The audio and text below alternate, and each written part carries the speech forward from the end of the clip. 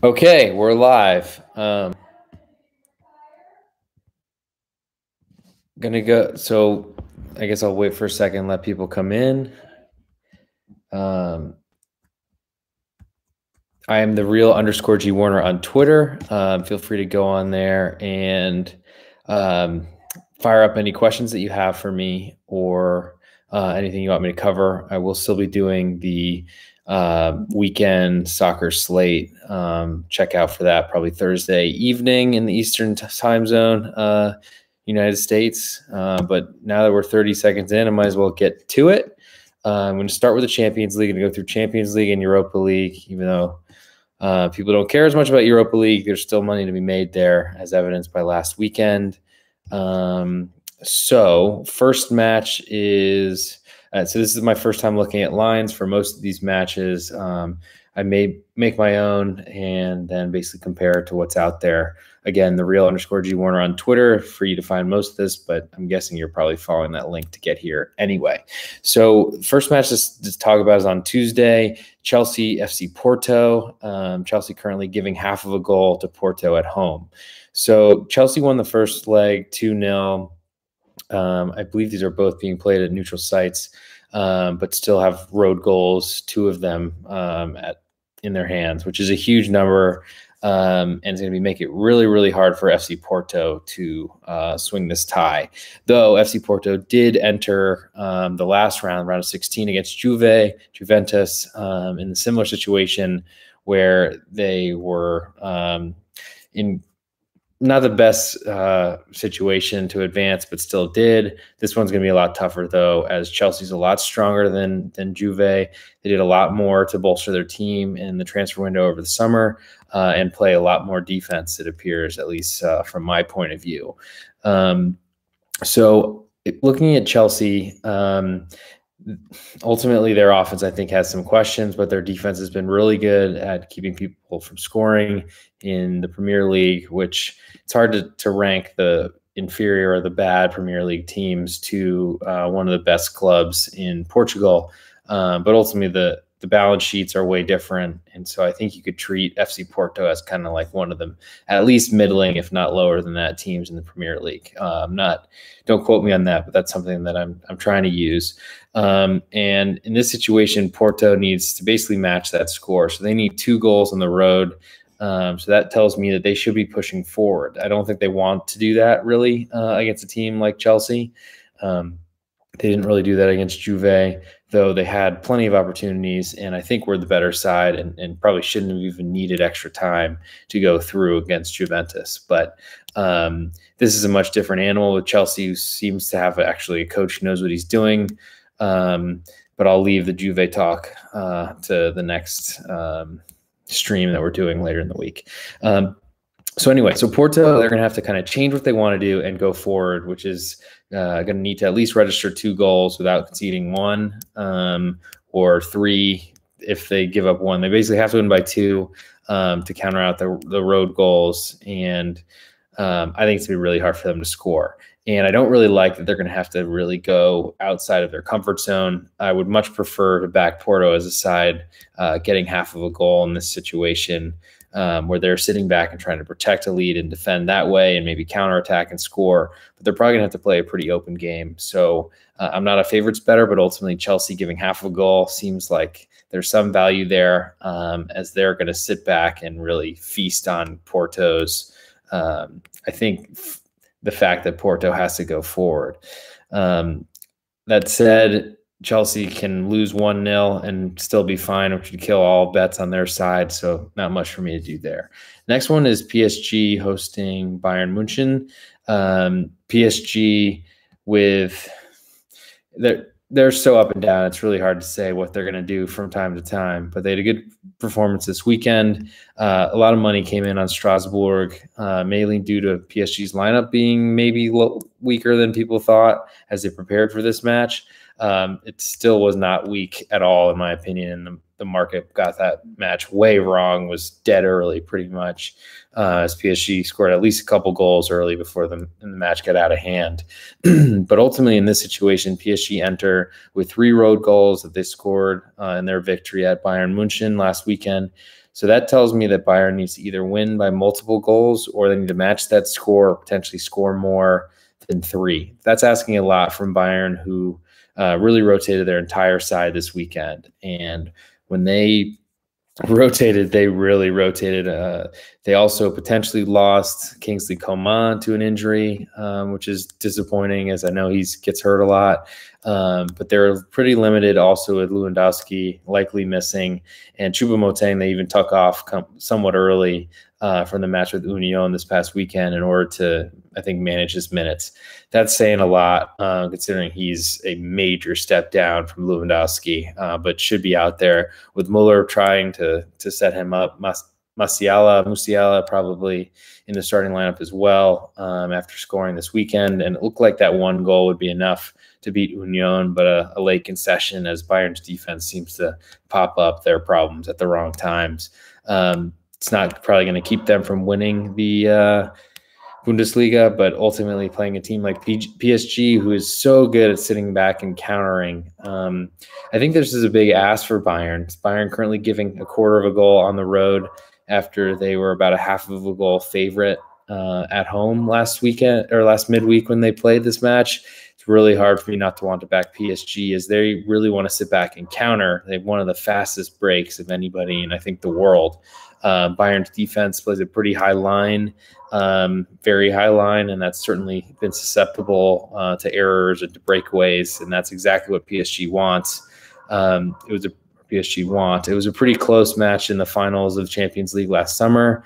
You can say that because title matchups are a lot of times stalemates or are pretty quiet because of what's on the line. But ultimately, Bayern's going to need to push forward to score goals here, and that's going to leave them susceptible. I think Hansi Flick, and this was talked about before the Leipzig match, with Julian Nagelsmann saying that Bayern's playing a lot differently. Their high line is a lot more conservative now, which I think is something that had to be done because it was getting exposed so often in Bundesliga play, which is maybe 4th or 5th of the top 5 leagues in Europe. So I think they've been a little bit more measured in what they're doing, playing Kimmich and also Goretzka as basically holding midfielders on top of the defensive line, despite the wingbacks going forward, playing as much as they can, like 4 guys behind the ball, or at least just to kind of stop counters because they were just leaking too many goals, even in Germany.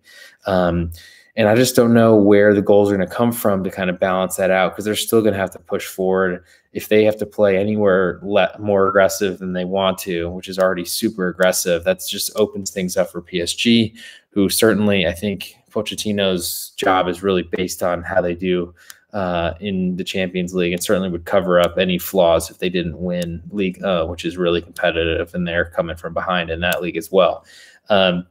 But ultimately, in terms of strategy, so PSG catching a quarter, if they lost by a single goal, then the problem is that they might sit back and say, okay, that's fine with us because 1 road goal is not going to kill us. 2 road goals not going to kill us either. But if they give up 2, they need to score 1 themselves. It still would kill any sort of point spread goal spread that you're betting in this one. But PSG is in a position where if they can defend, which Keylor Navas is playing very well, I think their center backs are pretty decent with Kimpembe, and then Danilo filling in as one of those holding mids. I think they've got plenty of talent. Clearly, they're built to counterattack, and Bayern's going to need to score more than once. And so I think there might be a fight for that second goal. It really depends if you believe PSG can score. If you do, then it probably makes sense to take that quarter, because they're going to fight like hell to try to keep Bayern from scoring twice. But then again, that 1-0 is still a loser for you. So I think the need to win in this situation, I think, affected the line quite a bit. This probably would be around Pick'em I think if this was the first leg based on last week's line. But I think there's some value in PSG. Just going to have to check and see how good you feel about that as kickoff approaches. Now moving to Wednesday. So Borussia Dortmund played really well against Manchester City. Really, I think, were within the number the goal spread. I think they're getting 1.5 at home or on the road at City. And they were within that number the whole time, even scored an equalizer in the 85th minute that looked like they were going to escape with a draw and a road goal, which would have been huge for them trying to advance, as they're really struggling in Bundesliga play and are, I think, 7 points back of Champions League right now.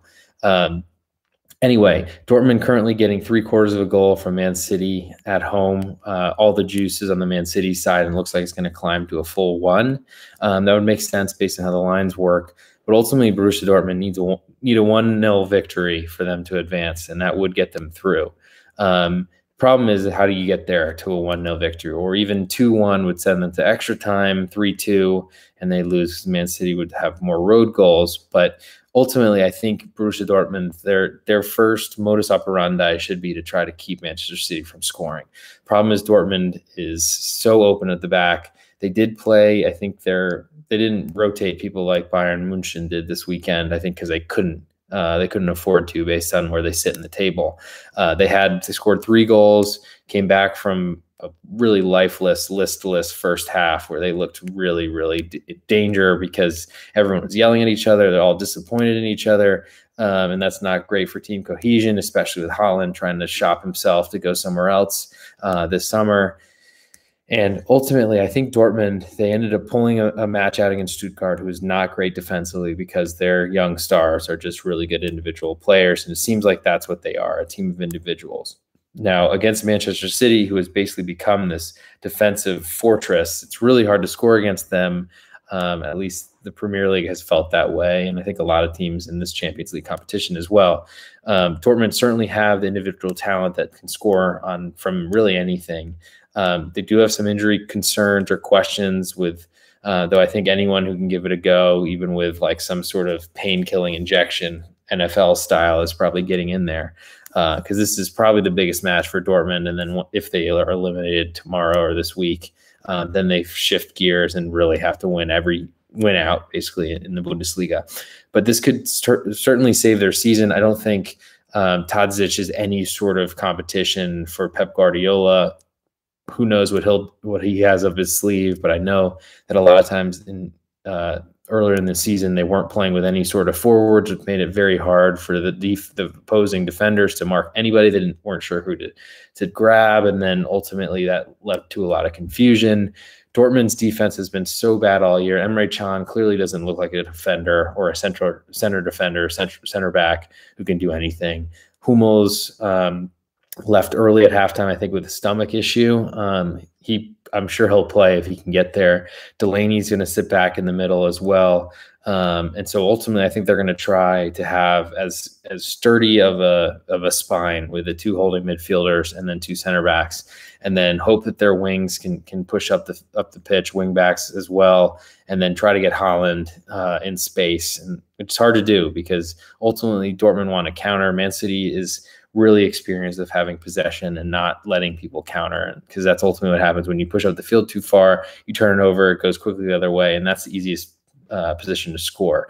City's been playing against that for a long time, as they're always on the ball, and I think Man City is pretty wary of that. So when this climbs to a full goal and Man City needs to win by 1, I mean, there's going to be – see, the problem is if Dortmund is – in this position where they're trailing by a goal and you're hoping to keep like your push, they're going to have to be throwing everything forward to try to score multiple goals, 2-1 if they fall behind by 1.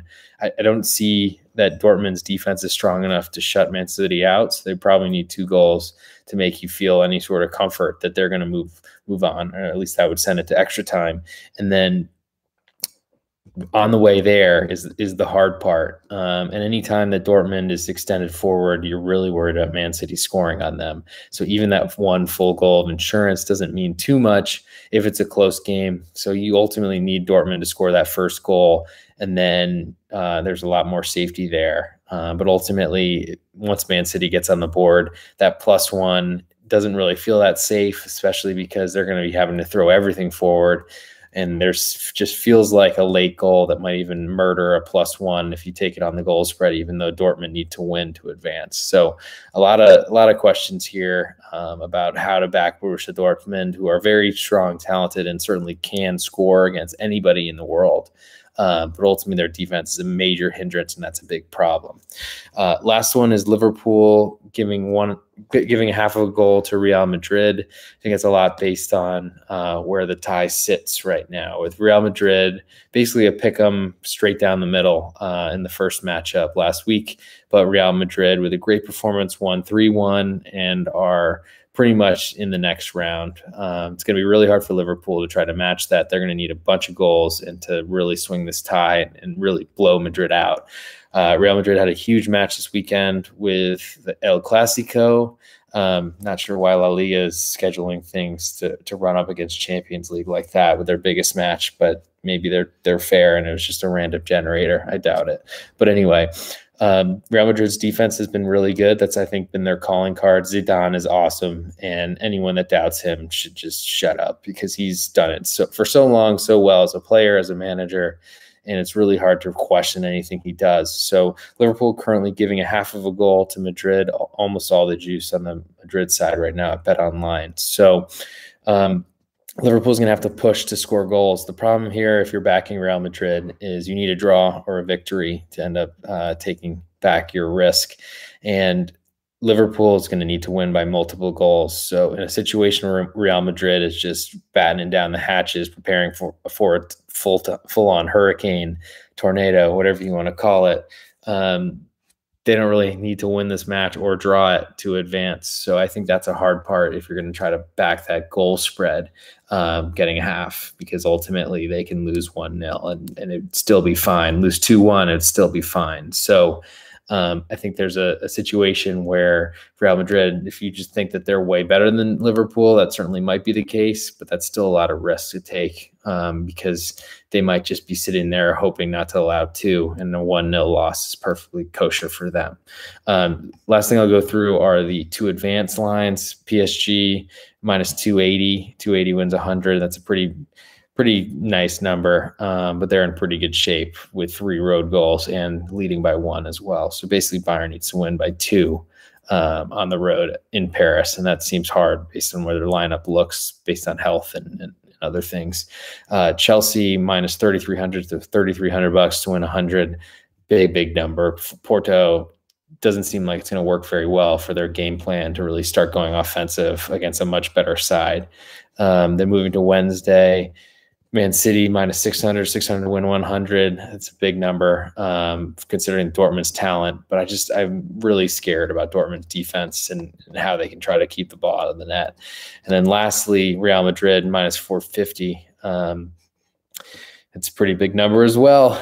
But ultimately, they're in maybe one of the best positions of anybody. So it's kind of surprising to see them as one of the least likely to advance, but ultimately it looks like the closest one is Bayern München to potentially turn over the tie, win 2-0 or 3-1 to advance in Paris. But I don't see that happening without Lewandowski and with potentially Coman missing, and considering how injured that team looks to be, plus their defensive woes all season. So then moving to Europa League, Villarreal give a full goal to Dinamo Zagreb. They're pretty safe to advance here, but Zagreb did a great job of coming back from what looked like the dead to take over and knock out Tottenham. Zagreb, they want to sit back and defend and potentially hit you every once in a while on a counter with one good Croatian international player. He was great against Hoffenheim, but I'm not sure. Villarreal, they're a smaller club from La Liga, but have been playing very well. So it's really hard to argue with what they can do. Giving a full goal is a ton, though, in this competition. And ultimately, it's a big ask for them to try to keep moving. But they got pretty fortunate, I think, to draw a Croatian side. And we'll see what happens. But ultimately, I think Villarreal, they've been playing okay in La Liga. They lost this weekend, but they rested players like Gerard Moreno, who's been awesome for Spain, Spanish national team, and like one of the Pichichi, like top scorer in Spain contenders.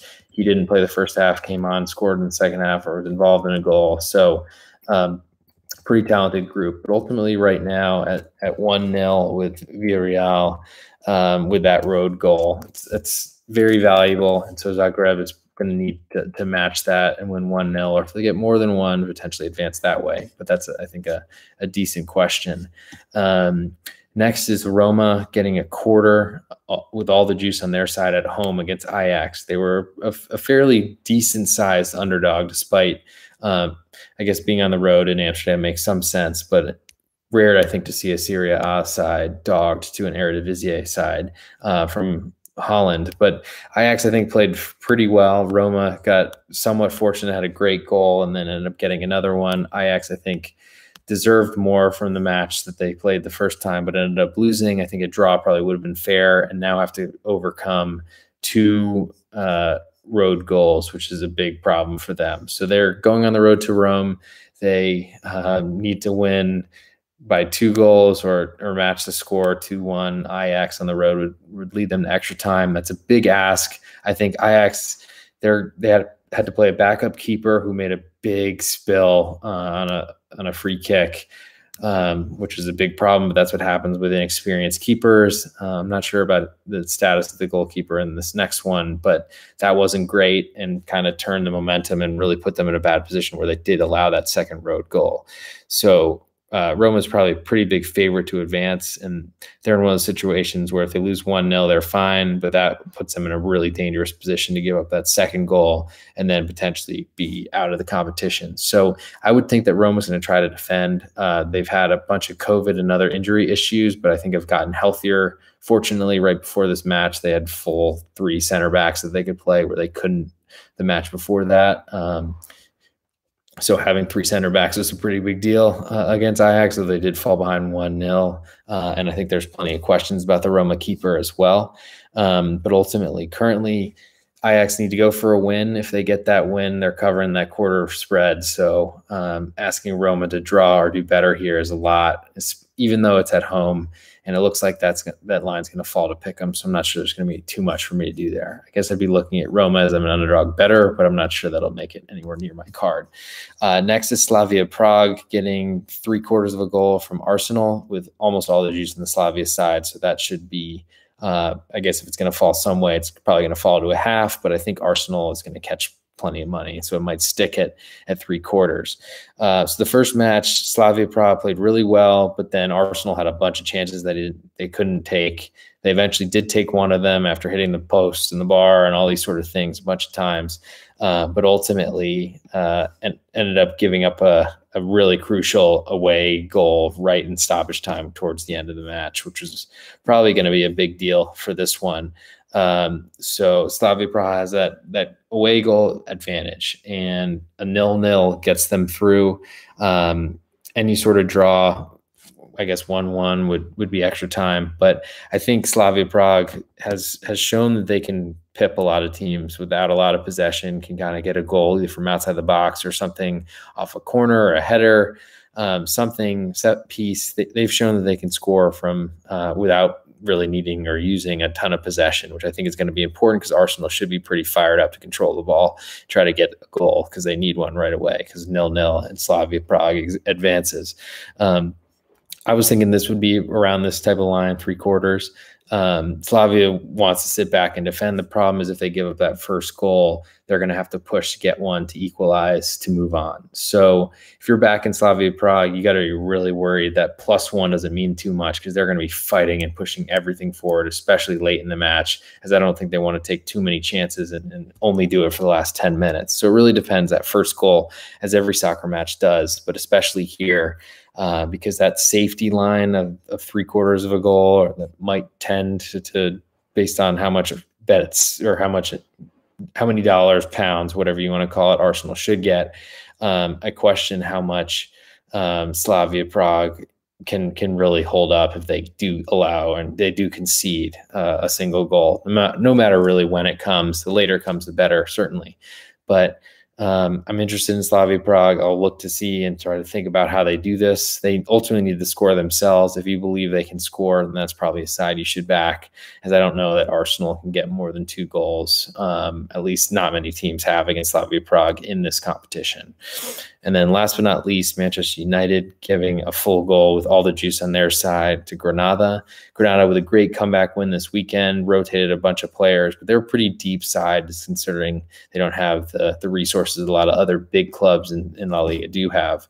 But they're in trouble here. They give up 2 road goals to Manchester United, and then are going to really have to completely turn around this tie. So they're going to need 2 goals themselves to match or more goals if they're going to give up anything. Granada's defense has been questionable.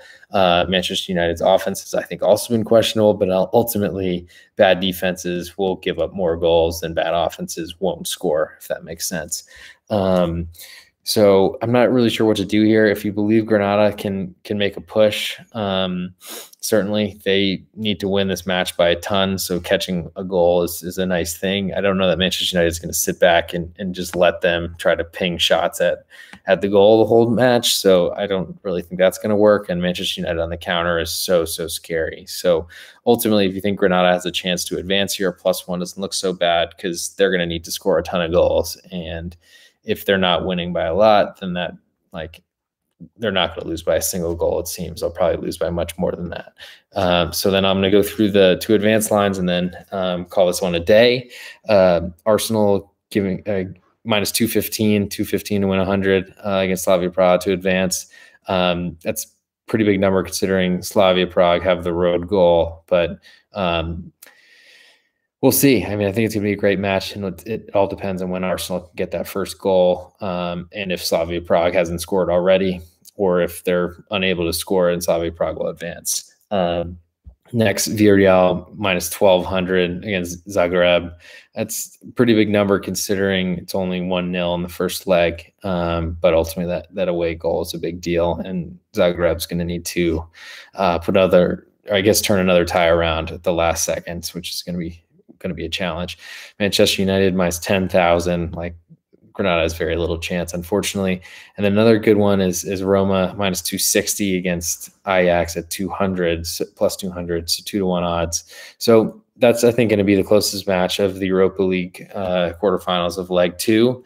I think these are all pretty interesting. Love the formats. Not sure away goals should matter so much. Especially they shouldn't matter if it's at a neutral site, but whatever, it is what it is. So thanks for joining. I'm going to do another one of these on Thursday night for this weekend's soccer, European soccer leagues, domestic play. Anything you want me to cover on there, hit me, @thereal_G Warner on Twitter, or write in the comments or something like that on here, and I'll try to make sure I get to it. Thanks for coming.